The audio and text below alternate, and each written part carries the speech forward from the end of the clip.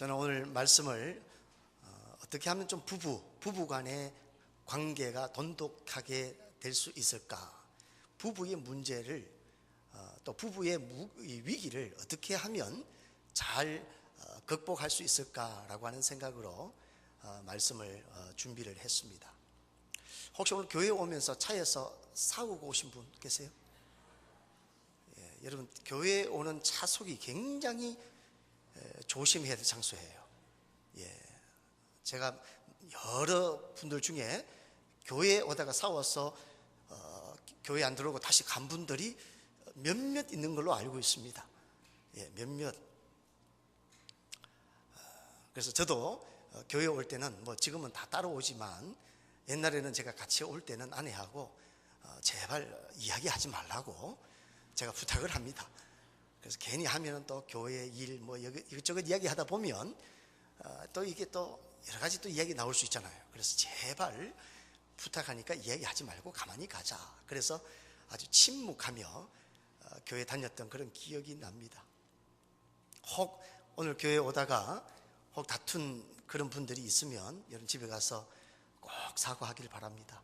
여러분, 부부 싸움에 있어서 먼저 사과하고 용서를 비는 사람이 더 큰 사람이에요. 예, 그래서 여보 내가 미안했어 한마디 먼저 하면 그분이 아내이건 남편이건 더 큰 사람이에요. 그리고 꼭 기억하시고 먼저 사과해서 아름다운 부부의 모습을 여러분 회복하고 또 정말 사랑이 넘치는 그런 부부가 되어지기를 주의 이름으로 축원드립니다. 여러분, 행복한 부부가 있는가 하면 또 들으는 행복하지 않는 부부가 있어요.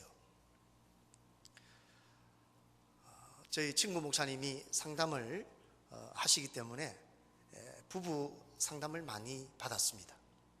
그런데 어떤 경우에는 참 심각한 부부들이 꽤 많다고 이야기해요. 그 중에 한 부부를 소개해 주면 한 미국에 온 지 한 10여 년이 된 부부인데 한국에서 삶을 정리하고 미국에 왔어요. 그래서 한 12년 살면서 아주 열심히 살았습니다.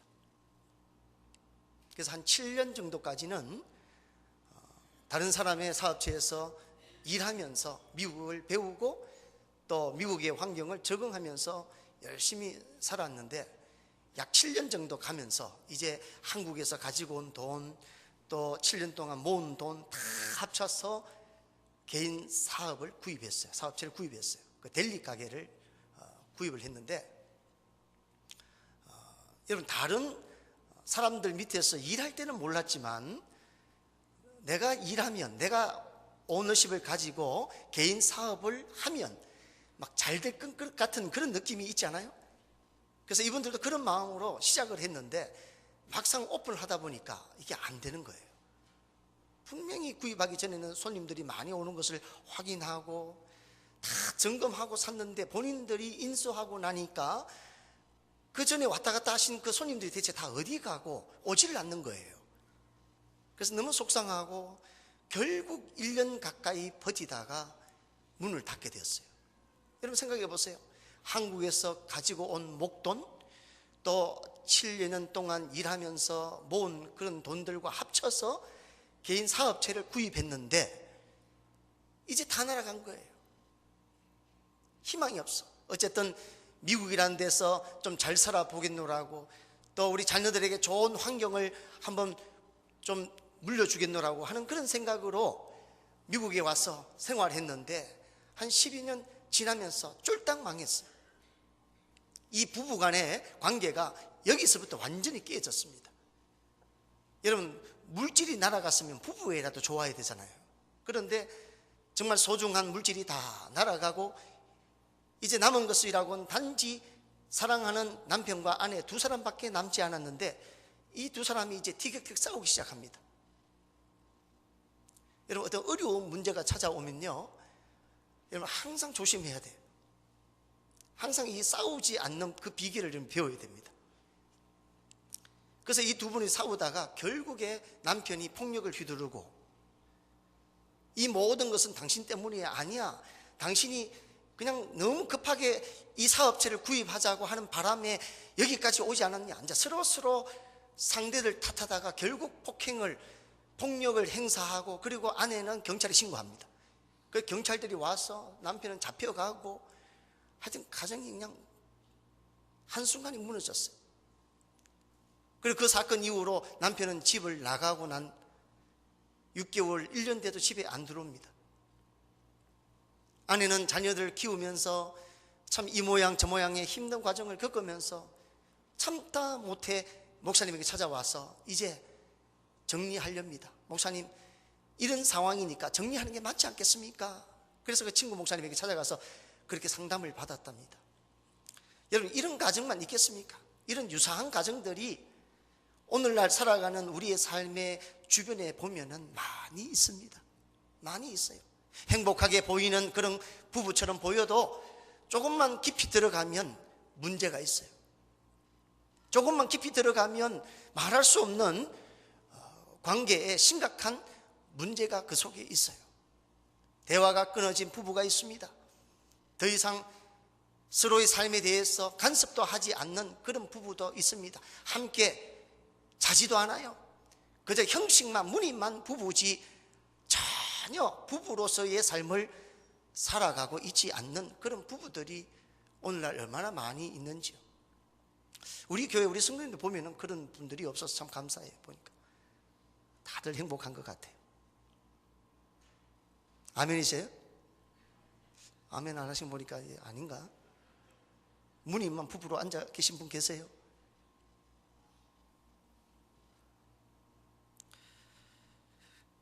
오늘날 가정이 무너지고 있다라고 이야기들을 합니다. 가정의 위기다, 위기다, 이렇게 이구동성 말하고 있습니다. 여러분, 한국이요, 하여튼 세계 탑되는 부분들이 있어요. 이 좋은 것으로 탑되면 참 좋을 텐데 안 좋은 것들로 탑되는 부분이 있어요. 첫 번째가 뭐냐면 이혼율. 세계 탑이에요. 두 번째는 자살률. 하루에 평균 35명이 자살한답니다. 그리고 세 번째는 청소년 가출. 세계 1위. 그런데 이 모든 가정의 이 문제는 다름 아닌 어디에서부터 왔는가? 그 원인을 찾아가다 보면 결국은 부부간의 문제에서 시작되어졌다는 거예요. 그렇기 때문에 여러분, 부부간의 이 문제는요, 자녀들에게, 그리고 실질적으로 자신의 생명까지도 끊을 수 있는 그런 아주 위기 상황까지도 내몰게 하는 것이 바로 이 부부 관계 속에서 나타나는 아주 심각한 이 문제라고 할 수가 있어요. 그런데 이 모든 문제의 원인이 다름 아닌 바로 가정 문제에서 시작되었다. 저는 우리 템피 장로교회에 속한 우리 가정은, 우리 부부는 한 사람도 무늬만 있는 부부가 아닌 정말로 하나님이 만들어주신, 또 세워주신 이 가정, 정말로 하나가 되어서 우리 하나님이 가정의 주인이 되고 하나님이 정말로 가정의 실질적인 책임자가 되어서 이끄시고 또 지도하시고 도와주시고 또 은혜를 베풀어 주시는 그런 은혜가 우리의 가정과 우리 부부 관계 속에 있어지기를 바랍니다. 그러면 어떻게 하면 건강한 부부가 되어질 수 있겠는가? 티격태격 싸우는 게 아니라, 여러분, 싸우는 거는 큰 문제가 아니에요. 어떤 분이에요, 목사님, 우리는요 지금 40년 살면서 50년 살면서 한 번도 부부싸움 안 했습니다. 참 귀해요. 근데 그게 가능할까? 그런 생각을 해봅니다. 다 성년이 되어서 만나서 결혼을 했는데, 여러분, 이게 부부싸움을 하나도 하지 않는다고 하는 게 사실은 이건 가능하지 않거든요. 좀 쉽지 않아요. 근데 부부싸움이 문제가 아니라 싸우고 난 다음에 어떻게 해결하느냐, 회복하느냐, 이게 사실은 중요한 큰 숙제예요. 우리 믿는 자들이 잘 감당해야 되는 것은 다름 아닌 싸우고 난 다음에 어떻게 회복하느냐, 어떻게 화해의 손을 내미느냐, 이게 중요해요.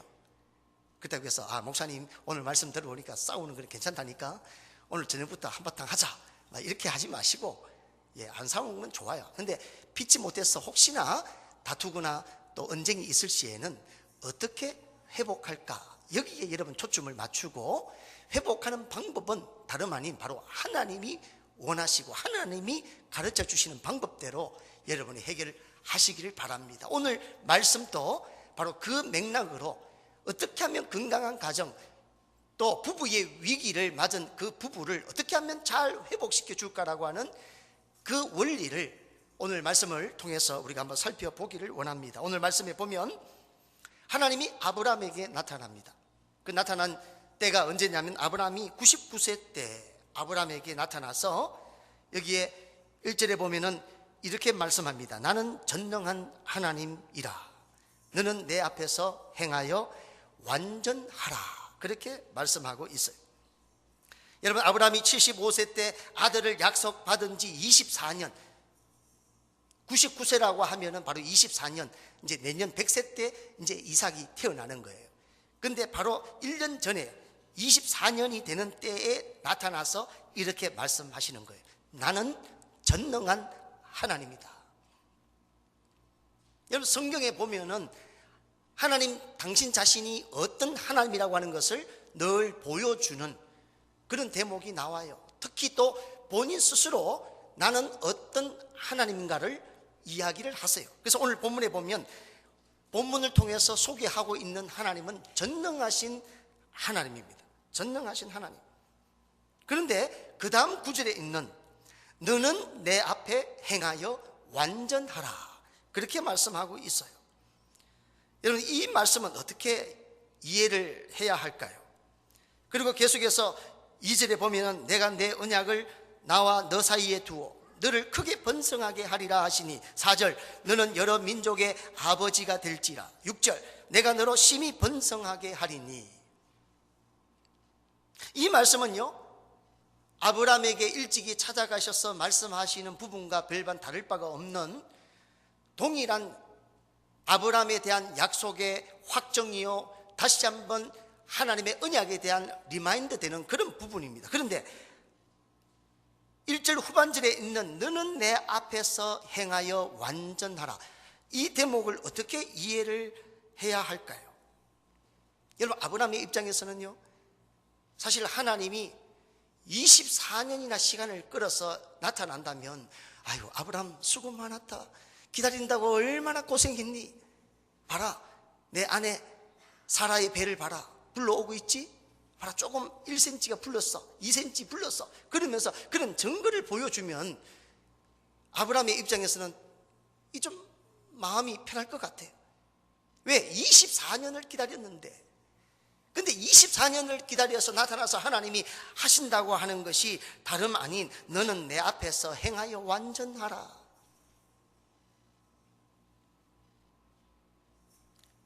여러분, 하나님은 지금 나타나셔서 뭔가 액션을 취할 때입니다.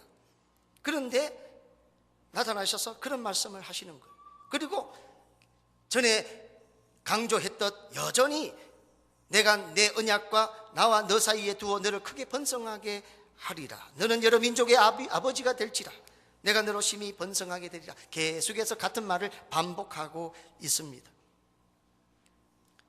저는 오늘 이 말씀이요, 우리 부부간의 이 위기의 이 상황 속에서 어떻게 하면 이 부부의 관계를 건강한 관계로, 하나님이 태초에 계획하신 그 부부의 그 관계, 행복한 그런 관계로 회복시킬 수 있는가라고 하는 중요한 원리를 오늘 본문 말씀을 통해서 주시는데, 그 힌트가 바로 우리가 의구심을 이야기한 그 부분이에요. 너는 내 앞에서 행하여 완전하라. 대체 이 말씀을 어떻게 이해를 해야 하나님의 정말 우리 위기에 빠진 이 부부를, 위기에 빠진 가정을 회복하는데 힘이 되고 또 능력이 되어질 수 있겠는가 하는 거예요. 여러분, 내 앞에서 행하여 완전하라, 이것을 어떻게 이해하느냐 굉장히 중요합니다.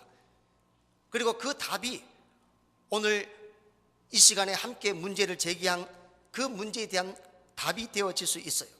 너는 내 앞에서 행하여 완전하라. 사실 완전하라라고 하는 이 말은요, 정말 유한하고 또 한계가 뚜렷한 우리 인생의 입장에서 그 말씀을 들으면은 막 숨이 탁탁 막혀오는 그런 표현이에요.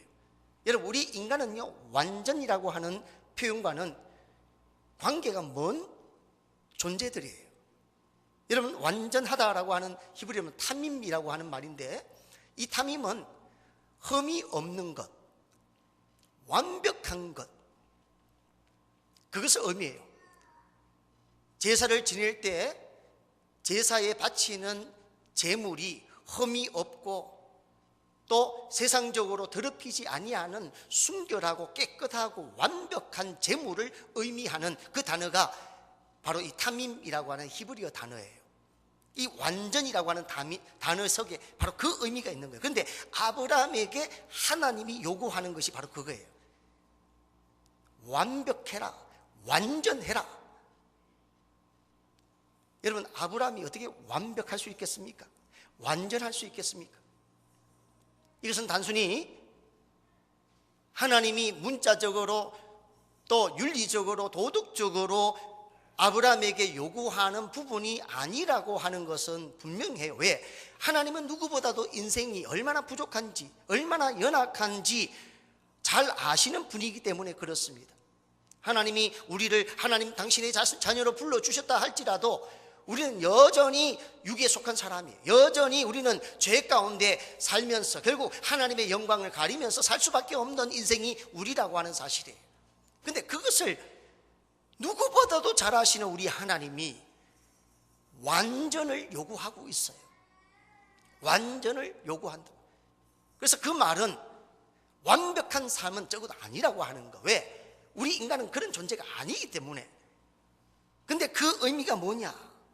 그 의미가 뭐냐라고 하는 것을 우리가 생각해 볼 때 9절 이하에 보면은 그 의미가 무엇인지를 우리가 좀 힌트를 얻을 수가 있어요. 9절 이하에 보면 하나님이 또 아브라함에게 이르시되 그런즉 너는 내 언약을 지키고 내 후손도 대대로 지키라, 그렇게 말씀합니다. 그리고 10절에 보면 너희 중 남자는 다 할례를 받으라, 이것이 나와 너희 후손 사이에 지킬 내 언약이니라, 그렇게 말씀하고 있어요. 왜 하나님이 99세 때 아브라함에게 나타나서 이제는 지칠 대로 지쳐서 이제는 하나님의 그 약속하신 그 말씀이 정말 이루어질까? 정말 기억조차도 잘 안 나는 그 아브라함에게 나타나셔서 완전하라라고 말씀하신 것은 다름 아닌 그 다음에 언급하는 이 할례하는 이 부분과 밀접한 관계가 있다라고 하는 것을 우리는 눈여겨보아야 합니다. 여러분, 할례를 통해서 무엇인가 우리 하나님이 말씀하고자 하시는 부분이 있다라고 하는 거예요. 한번 골로새서 2장 11절 말씀 한번 볼까요? 같이 한번 읽겠습니다. 시작.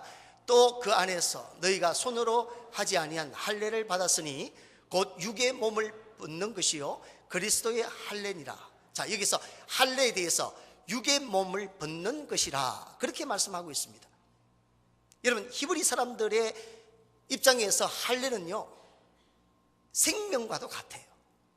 생명. 할례라고 하는 것은 남성 생식기의 표피를 자르는 거예요. 뜯는 거예요. 그렇기 때문에 이 히브리 사람들의 입장에서 그것은 다름 아닌 바로 생명과 같고, 그 뜯는다고 하는 그 자체는 다름 아닌 바로 죽음과 같다라고 하는 그 이미지를 가지고 있어요. 그리고 계속해서 12절에 보면 이 할례는 뭐가 연관이 되어져 있냐면, 같이 읽겠습니다. 시작. 너희가 세례로 그리스도와 함께 장사되고 또 죽은 자들 가운데서 그를 일으키신 하나님의 역사를 믿음으로 말미암아 그 안에서 함께 일으키심을 받았느니라. 이 할례가 세례와 밀접한 관계가 있다라고 하는 것을 이 골로새서를 통해서 보여주고 있어요. 여러분, 세례의 요소에는요 내가 죽는 것과 다시 살아나는 것, 이 두 요소가 포함되어져 있어요. 뭐에 대한 죽음이요 뭐에 대한 살아남입니까? 여러분, 이스라엘 백성들이 애굽에서 출애굽하고 난 이후에 홍해를 건넙니다. 200만이라고 하는 어마어마한 이스라엘 백성들이 홍해를 건너요. 그래서 우리가 세례를 받는다라고 하면은 다름 아닌 바로 이 홍해를 걷는 이것으로 우리가 이해를 할 수 있어요. 그래서 애굽에서의 입장에서 보면 애굽에서의 종된 삶, 애굽에서의 죄된 삶, 애굽에서의 세상적인 모든 그런 세속적이고 육적인 그런 경험, 그런 것들이 바로 홍해를 지나감으로 인해서, 홍해의 물속으로 들어감으로 인해서 내가 죽는다라고 하는 의미가 그 죽음의 의미 속에 있어요. 그리고 가나안의 입장에서 보면 그 죽었던 이스라엘 백성들이 물에서 솟아납니다. 물에서 나와요. 죽었던 자들이 가나안 입장에서 보면은 가나안을 향하여, 가나안을 의식하면서 그 백성들이, 어마어마한 그 백성들이 나오고 있어요. 새로운 사람이 되어서 나오고 있어요. 그래서 세례라고 하는 것은요, 과거에 죄된 그런 삶에서 나는 죽고 앞으로 하나님의 말씀, 하나님의 축복의 가나안에 삶에 의식해서 살아가는 그 삶이 바로 세례라고 하는 의미예요. 세례라고 하는 의미예요. 그 때문에 오늘 이 말씀, 완전하라, 너는 내 앞에서 행하여 완전하라. 여러분, 우리 예수님 이후에는요, 성경의 모든 율법들을 말씀 하나하나 빠짐없이 지킬 수 있는 유일한 분은 바로 우리 예수님 한 분뿐입니다. 인간의 육신을 입고서는 한 사람도 말씀을 말씀으로 제대로 순종하고 그 말씀대로 지키며 살 수 있는 사람은 아무도 없어요. 그런데 하나님이 이렇게 말씀하신 것은 다름 아닌 우리 하나님이 원하고 요구하시는 부분이 우리 인간적으로 생각하는 부분과 사뭇 차이가 있다라고 하는 것을 우리는 볼 수 있어야 돼요. 여러분, 하나님이 우리에게 요구하는 것은요, 다른 게 아니에요. 완벽한 삶, 죄 안 짓고 그냥 막 깨끗하고 이런 삶이 아닙니다. 인간의 몸을 입고 살아가는 그 모습 자체가 어떻게 보면 죄인된 모습이요, 부족하고 그냥 실수투성의 그런 삶을 살아가는 그런 삶인 거예요.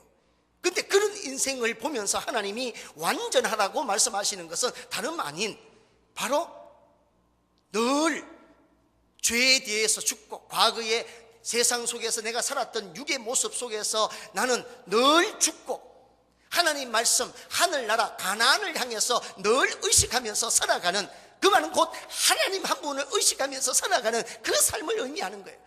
그 때문에 단순히 할례라고 하는 것, 세례라고 하는 것, 의식적인 그 자체의 의미가 있는 것이 아니라 그 의식 속에 바로 하나님께 주목하다, 어디에서 죽고 어디에서 다시금 살아나는지 그 부분을 분명히 알라라고 하는 것을 하나님은 우리에게 가르쳐 주고 있어요.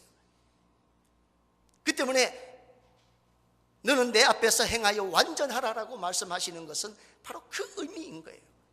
할례를 통해서, 세례를 통해서 내가 죽어야 될 그것에 철저히 죽어라, 그리고 살아야 될 그것에 철저히 살아나서 나를 의식하고 가나안을 의식하고 하늘나라를 의식하고 살아라. 하나님이 그렇게 말씀하고 있는 거예요. 여러분, 그렇게 살아가는 그런 인생에게 만나주시고 찾아주시는 하나님이 어떤 하나님인가, 오늘 소개한 하나님, 당신 자신이 소개한 바로 하나님이에요. 나는 전능한 하나님이다. 전능한 하나님이다. 히브리어로 이 전능한 하나님은 다름 아닌 바로 엘샤다이 하나님이에요.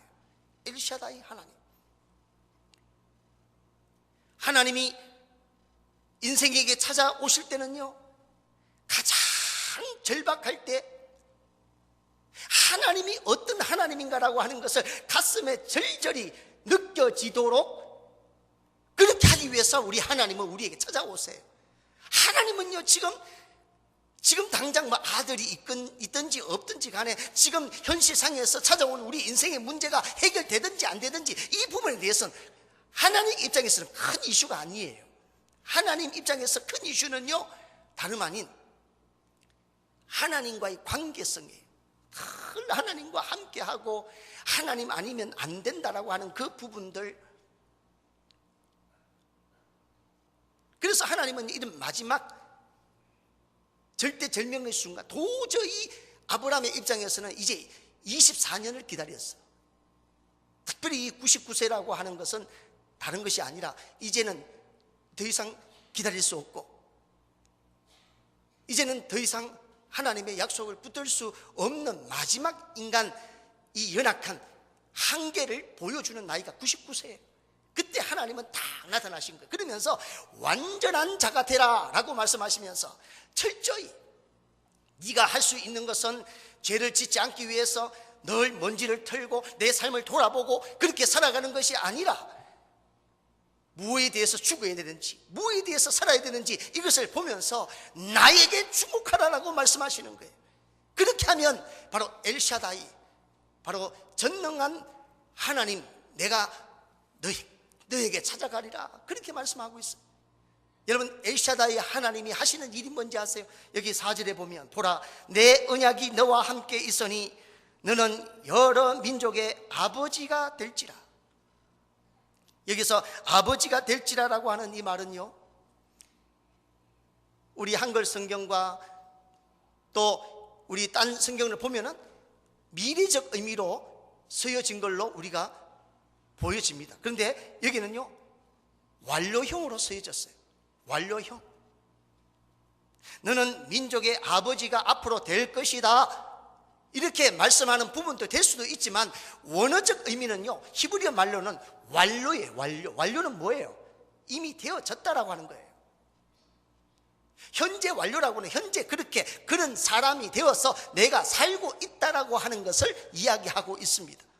그렇기 때문에 하나님, 이 엘샤다이 하나님은요, 아브라함에게 보는 것은 다름 아닌 네가 조금만 1년만 더 참아라, 그러면 내가 이야기한 약속대로 내 아들을 볼 것이다. 그리고 그 아들 때문에 계속해서 자손 대대로 정말 하늘에 있는 별들처럼 바닷가에 있는 모래알처럼 내 자손이 그렇게 많이 될 것이다, 그렇게 미래적 개념으로 의미하는 게 아니라 하나님 눈에는요, 지금 너는 민족의 아버지다는 거예요.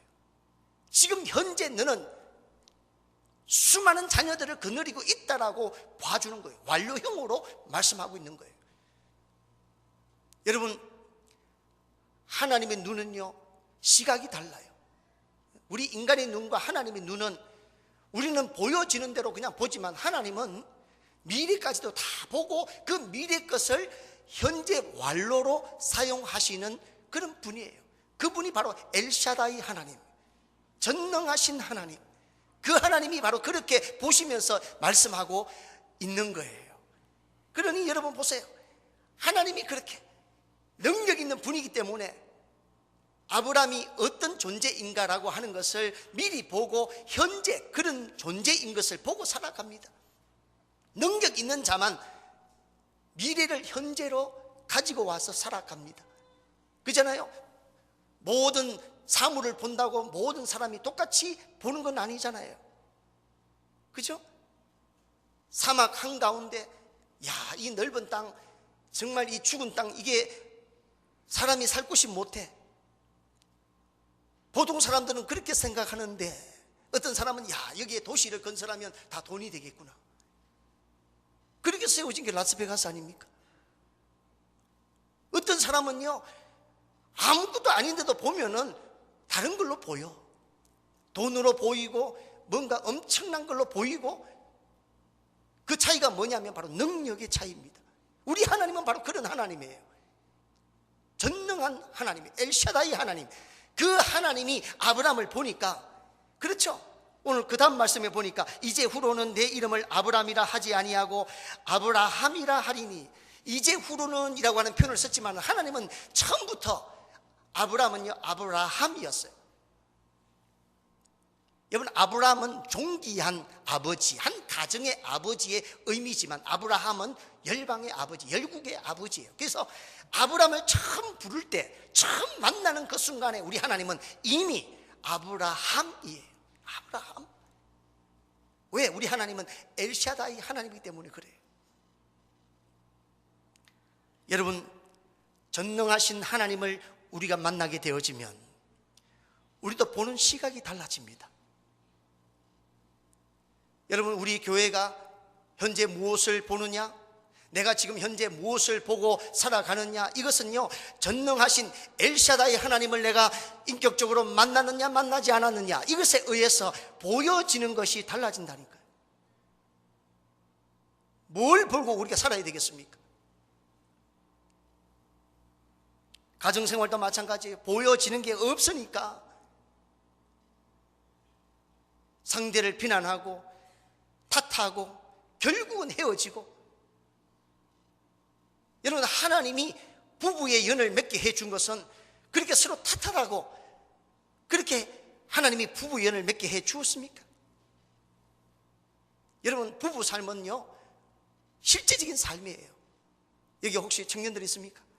예, 결혼하지 않은 청년들은요 환상을 깨기를 바랍니다. 결혼은 리얼 라이프예요. 결혼하면 뭐가 아름답고 막 기가 막힐 것처럼 보이죠. 우리 친구 목사님이 아르헨티나에서 목회하는데 그 목사님이 결혼할 때 거기 목사님 딸하고 결혼했어요. 근데 그 친구가 부에노스아이레스 대학 약학대를 졸업하고, 그 학교 좋은 학교죠, 권사님, 그죠? 그 약학대를 졸업해서 그 교회 청년이었는데 목사님 그 딸이 딱 잡았어요. 그래서 결혼을 하면 그 좋은 학교에서 앞으로 참 미래가 창창하겠다 그래 생각하고 이제 결혼을 하고, 그리고 결국 신학을 공부하게 됐는데, 근데 결혼을 해서 처음에 굉장히 실망했답니다. 만나기 전에는 머리에 무술을 바르고 하여튼 되게 멋있어요, 그 목사님이. 하여튼 멋지게 했고 그렇게 만나고 했는데 결혼하면서부터 막 발가락에 손가락을 넣고 끓고 냄새를 맡고 코를 후비고 막 그 모습을 보면서 이 결혼이 이게 아니구나, 그걸 깨달았대요. 여러분, 우리의 삶은요 그냥 장밋빛 인생으로 그냥 이렇게 아름답게 치장하면서 사는 게 아니에요. 리얼 라이프예요. 리얼 라이프. 그래서 하나님이 처음부터 우리 인생이 어떤 존재인가를 알고 우리 인생에게 하나님은 미리 보시고 모든 인생의 계획들을, 우리 길들을 하나님이 다 책임져 주세요. 그래서 여러분, 엘샤다이 하나님만 여러분이 만나고 경험할 수만 있다면 우리의 시각도 바뀌어질 줄 믿습니다. 여러분, 신앙생활의 파워는 결국 보는 싸움 아니겠어요? 그죠? 다른 사람들이 보는 것처럼 똑같이 봐서는 우리는 어떻게 기뻐하며 어떻게 즐거워하며 감사하며 살아갈 수 있겠습니까? 남들이 보지 못하는 하나님만이 우리에게 보여주시고 부어주시는 그런 축복을 봐야, 남들은 웃지 못할 때 나는 웃어요. 남들은 울 때 나는 웃으면서 지낼 수가 있는 거예요. 이게 신앙의 파워 아니겠습니까? 그러므로 우리가 무엇을 보느냐 참으로 중요합니다. 우리 교회 입장에서도 마찬가지입니다. 여러분 가정에서도 마찬가지입니다. 여러분의 개개인의 입장에서도 마찬가지입니다. 무엇을 보느냐, 엘샤다이 하나님을 만났느냐 안 만났느냐에 따라서 보는 것이 달라진다고 하는 것을 여러분 분명히 기억하시기를 바랍니다. 여러분, 믿음은 다름 아닌 바로 죄에 대해서 죽고 영에 대해서 사는 거예요. 다시 말하면 세상에 대해서, 육에 대해서 죽고 하늘과 말씀과 천국에 대해서 반응하고 살아가는 것, 이것이 바로 믿음입니다. 이것이 바로 세례 정신이에요. 세례받는 사람이 바로 그거 아니에요? 과거의 모든 육적인 삶, 그 삶에 나는 죽고 이제 하늘나라에 반응하면서 하나님 말씀에 반응하면서 내가 살아가는 것, 이것이 세례받은 모든 사람들이 살아가는 삶의 모습 아니겠어요? 그런데 여러분, 우리가 이렇게 반응하고 산다고 하는 것 참으로 쉽지는 않습니다. 그리고 이렇게 살아가는 것이 우리 부부 문제의 위기를 해결하는 중요한 키입니다. 그런데 실제적으로 이 문제를 해결하는 가장 중요한 근본적인 것은 뭐냐면, 결국은 뭐냐면 바로 내가 죽지 못해서 그런 거예요. 여러분, 부부 싸움을 할 때 가만히 한번 생각해 보세요. 대개 보면은 죽지 않아서 그렇지 않습니까? 여러분, 성경은요 누구든지 우리 주님을 따르려면 죽으라고 말씀하십니다. 마가복음 8장 34절에 보면 누구든지 나를 따라오려거든 자기를 부인하고 자기 십자가를 지고 나를 따를 것이니라. 나를 따를 것이니라. 세상을 향하여 죽고 하늘을 향하여 반응하면서 살겠다고 결단하는 것, 이것이 하나님이 저와 여러분에게 요구하는 믿음이라고 하는 것, 또 세례받은 하나님의 백성들이 이 땅에서 살아가야 되는 삶의 모습이라고 하는 사실이에요. 그러면 결단하면 여러분 이런 삶을 다 살 수가 있습니까? 사도 바울은 이런 고백을 합니다. 나는 한 달에 한 번 죽노라. 이렇게 말했습니까? 나는 날마다 죽노라. 날마다 죽노라. 한 달에 1년에 한 번 죽는 것이 아니라 날마다 매 순간순간마다 죽어야 된다라고 하는 것. 그 때문에 여러분, 십자가에 매일 올라가 달리면서 죽는 그게 다름 아닌 바로 기도와의 삶이에요. 기도한다고 하는 것이 다름 아닌 십자가에 내가 달려서 오늘도 죽고 내일도 죽겠습니다 라고 고백하고 주님 앞에 나가는 게 바로 이 기도의 모습이라고 하는 사실이에요. 여러분, 부부 문제도요, 결국은 자신의 문제예요. 부부간의 관계 속에서 왜 마음이 상합니까? 왜 상대가 미워집니까? 왜 쉽게 상처를 받습니까? 엄격하게 말하면 자신의 문제로 인해서입니다. 좀 더 구체적으로 말하면 결국 내가 죽지 않아서 그렇습니다. 여러분, 부부 관계에 무슨 자존심이 필요해요? 어떤 분들은요, 자존심 때문에 뭐 한 달 동안 말 안 하고 살고. 하나님이 우리를 부부로 연을 맺게 해준 것은요, 뭐 다른 게 뭐 밥하기 싫어서 뭐 자취하면서 혼자서 늘 밥하다 보니까 너무 그냥 밥하기 싫어서 저는 결혼을 하렵니다. 아니, 그것 때문에 결혼하면 안 되죠. 그럼 식물을 구해야지. 부부는 그게 아니에요. 밥 해주는 사람이 아니에요. 하나님의 섭리와 원리에 의해서 하나님이 짝지어 주었어요. 그래서 지금 우리의 배우자는요, 나한테 아주 퍼펙트하게 맞아요. 저는 신방을 하면서 느낀 게, 야, 부부가 어떻게 이렇게 닮았냐, 참 신기해요.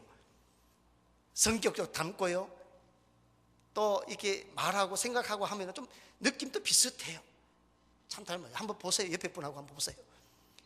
옆에 우리 아내면 우리 부부끼리 한번 보시고, 또 우리 교회의 부부들을 가만히 생각해 보세요. 참 닮았어요. 하나님이 그렇게 만들어 주셨어요. 천생연분으로 하나님이 그렇게 짝지어 주셨어요. 그 때문에 하나님의 말씀을 적용하는 것은요, 단순히 세상에서, 직장에서 막 그런 데서 하는 것이 아니라 가장 먼저 하나님의 말씀을 적용해야 될 부분이 뭐냐? 하나님이 짝지어 준 부부 관계 속에서 적용해야 돼요. 사실 저도 잘 못해요. 여러분, 목사가 제일 설교하기 어려운 대상이 누군지 아세요? 제 마누라예요. 왜냐하면 저에 대해서 다 알잖아요. 다 아는데 집사람이 은혜 받았다 그러면 저는 막 어휴. 근데 그런 날이 쉽지 않죠. 예, 쉽지 않아요. 왜냐하면 나의 모든 일거수일투족을 다 아니까, 저희 머릿속까지도 다 들어가서 다 아니까 쉽지 않아요. 그러면 어려운 관계입니까? 아니에요. 다 알기 때문에, 너무너무 잘 알기 때문에 그게 복된 관계라고 하는 거예요. 왜? 하나님이 그렇게 만나게 해 주셔서 서로 그렇게 알고, 그러면서 서로에게 힘이 되도록 그렇게 이끌어가는 거예요. 그렇기 때문에 여러분, 부부 관계도요, 계속해서 관계를 빌드업해야 됩니다. 그래서 가정사역자들이 그런 말을 합니다. 부부 간의 건강을 유지하기 위해서는 하루에 적어도 30분은 대화해야 된다. 30분. 여러분, 30분 대화하시는 우리 부부 계세요? 아이고, 목사님, 얼마나, 우리는 24시간 붙어 있습니다. 근데 24시간 붙어 있어도 대화 안 하는 분 안 해요. 밥 먹자, 가자, 뭐 이런 말만 하시는 분 계시는데 그건 대화가 아니고요, 여기서 말하는 대화는 깊은 내면적인 대화예요. 자기의 고민, 자신의 생각, 막 경험, 그런 거에 대해서 자기 관점으로 뭔가 이야기하고, 그래서 주고받고 막 그러면서 아주 내면적인 깊이 있는 대화를 말하는 거예요. 그냥 밥 먹자, 가자, 이 말이 아니에요. 또 24시간 붙어 있다고 대화를 많이 하는 게 아닙니다. 그래서 부부는요, 대화를 많이 해야 돼요. 근데 대화를 많이 하고 또 정말 건강하고 행복한 관계를 만들기 위해서 필요한 게 뭐냐? 오늘 말씀의 원리예요. 바로 육에 대해서는 죽고 영에 대해서 사는 것. 세상에 대해서는 나는 철저히 죽고, 하나님의 말씀, 하늘나라, 영에 대해서는 바로 가치를 부여해서 의식하면서 살아가는 그런 모습이 필요하다는 거예요. 그렇게 되어질 때 우리는 계속해서 힘들고 어려운 그 십자가 길이지만은 그 길로 우리는 한 걸음 한 걸음 나아갈 수 있어요. 왜? 그 길로 가야만이 엘샤다이 하나님이 우리에게 찾아와 주시고, 그 하나님이 찾아와 주실 때 바로 하나님이 볼 수 있는 미래를 현재적으로 볼 수 있는 그런 눈도 갖고, 여러분 미래를 현재로 살아간다면 여러분 얼마나 큰 축복이에요. 얼마나 큰 능력입니까? 하나님이 능력을 갖고 있기 때문에 그런 하나님의 모습을 우리가 경험할 수 있어요. 그리고 우리도 그 엘샤다이 하나님을 만나면 우리도 그런 믿음으로 살아갈 수 있습니다. 여러분 현재 우리 삶 가운데 찾아와야 그게 믿음이고 그게 우리 삶입니까? 아니에요. 믿음을 가지면요 미래도 현재처럼 살아갑니다. 현재처럼 살아가요.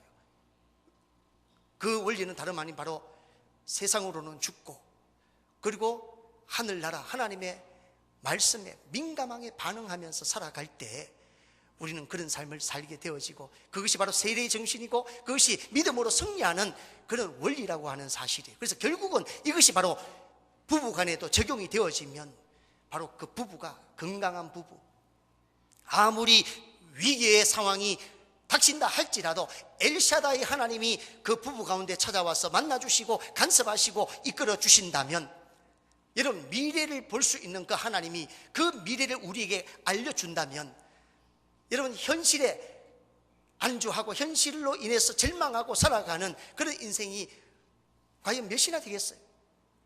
저는 오늘 예배드린 여러분들이 바로 그런 전능하신 하나님 엘샤다이 하나님을 만나면서, 그러면서 그 하나님을 말미암아 미래가 바로 나의 시간이 되어지고 미래가 바로 나의 삶의 모습이 되어짐으로 하나님 앞에 영광을 돌려드리는 여러분이 되어지기를 주의 이름으로 축원드립니다. 여러분 오헬리 작품 중에서, 오헬리라고 하는 사람이 적은 작품 중에서 크리스마스 선물이라고 하는 유명한 소설이 있습니다.